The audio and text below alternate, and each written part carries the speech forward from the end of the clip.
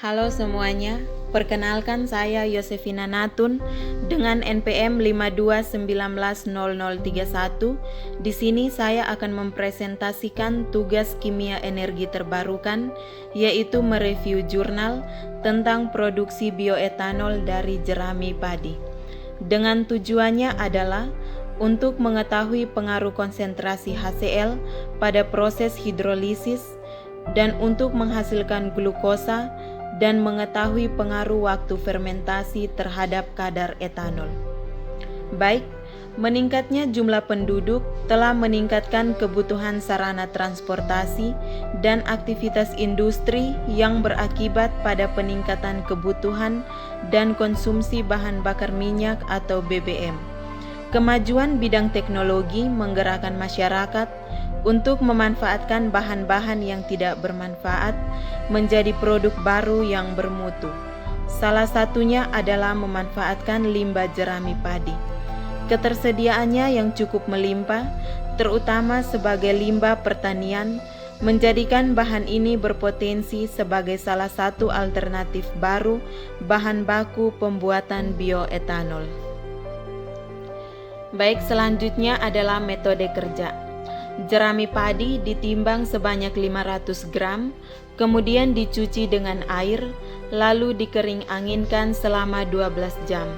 Setelah itu jerami dipotong-potong dengan ukuran 1 cm, lalu digiling dan diovenkan pada suhu 60 derajat Celcius.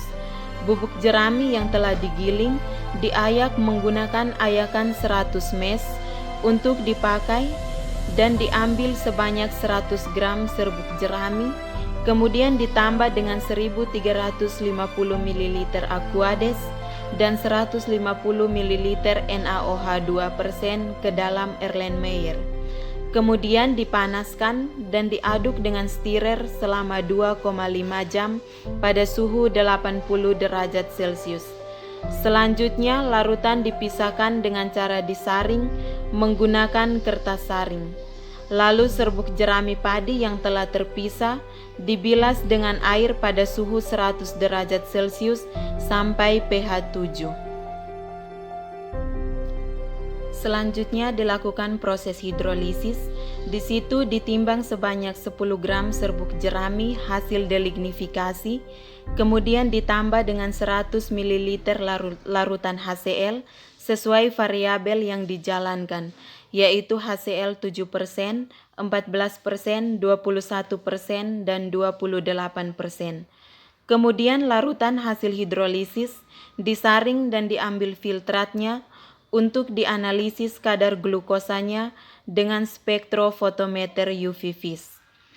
Selanjutnya proses fermentasi. Di situ diambil sebanyak 100 ml filtrat dari proses hidrolisis dan dimasukkan ke dalam Erlenmeyer dan ditambah NaOH 6 molar sampai pH menjadi 5. Lalu ditambah dengan 6 gram amonium sulfat dan 6 gram urea sebagai nutrisi.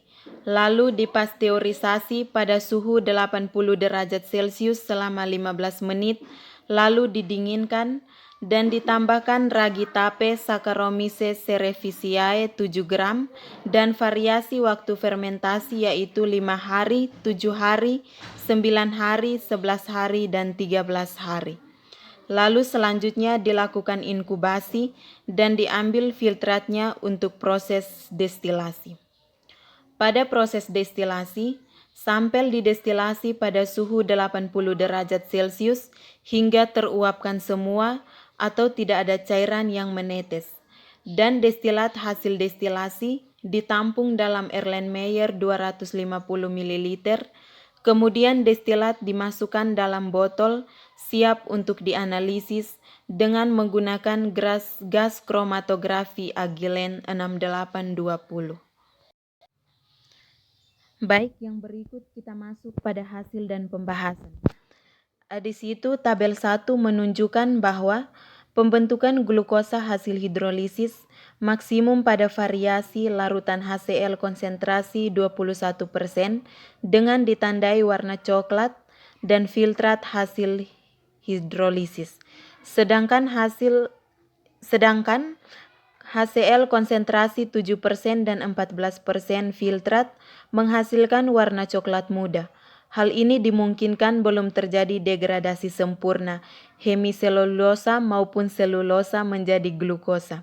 Dan pada HCl konsentrasi 28% dimungkinkan terjadi degradasi lanjut baik hemiselulosa maupun selulosa menjadi karbon, ditunjukkan dengan warna filtrat coklat tua. Pada tabel kedua, menunjukkan bahwa kadar glukosa terbanyak hasil hidrolisis dicapai ppd penggunaan katalis HCl dengan konsentrasi 21%. Kadar glukosa sebesar 70,8 ppm. Dalam proses hidrolisis, gugus H- dari HCl akan mengubah gugus serat dari jerami padi menjadi gugus radikal bebas.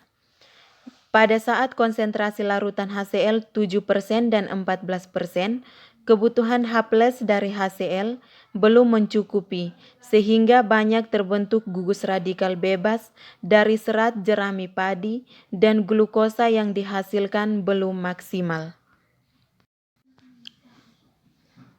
Namun, jika dilakukan penambahan konsentrasi larutan HCl terlalu banyak, justru glukosa yang dihasilkan semakin menurun. Penambahan konsentrasi larutan HCl akan terbentuk lebih banyak gugus radikal bebas serat, tetapi penambahan konsentrasi larutan HCl menyebabkan semakin sedikit air dalam komposisi larutan hidrolisis, sehingga kebutuhan OH- sebagai pengikat radikal bebas serat berkurang dan glukosa yang dihasilkan semakin sedikit. Dengan demikian, konsentrasi asam yang paling optimum saat reaksi hidrolisis untuk menghidrolisis serat dari jerami padi menjadi glukosa yang terbanyak adalah 21%. Baik, pada tabel ketiga menunjukkan bahwa semakin lama fermentasi, maka kadar etanol yang dihasilkan semakin banyak. Pada waktu fermentasi 5 hari sampai 13 hari, kadar etanol yang dihasilkan bertambah banyak karena aktivitas mikroba mengalami pertumbuhan dengan berkembang biak sehingga alkohol yang dihasilkan semakin banyak. Kadar etanol yang dihasilkan sebesar 9,04%. Destilat fermentasi glukosa yang diperoleh setelah diuji dengan GCMS, kemudian diidentifikasi menggunakan gas kromatografi mass spektroskopi atau GCMS, itu bertujuan untuk memantapkan bahwa produk yang dihasilkan adalah bioetanol. Sampel yang kita analisis dengan GCMS adalah hasil fermentasi yang ke-13 hari karena menghasilkan etanol dalam jumlah yang maksimal. Baik, yang terakhir adalah kesimpulannya. Kadar glukosa terbanyak pada konsentrasi HCl 21% dengan kadar glukosanya 70,85 ppm. Kemudian kadar etanol paling banyak sebesar 6,405% dengan waktu fermentasinya 13 hari. Kromatogram senyawa etanol hasil fermentasi muncul pada waktu retensi 1,901 dan pembacaan pada mass spektroskopi muncul MR senyawanya etanol yaitu 46. Sekian dan terima kasih.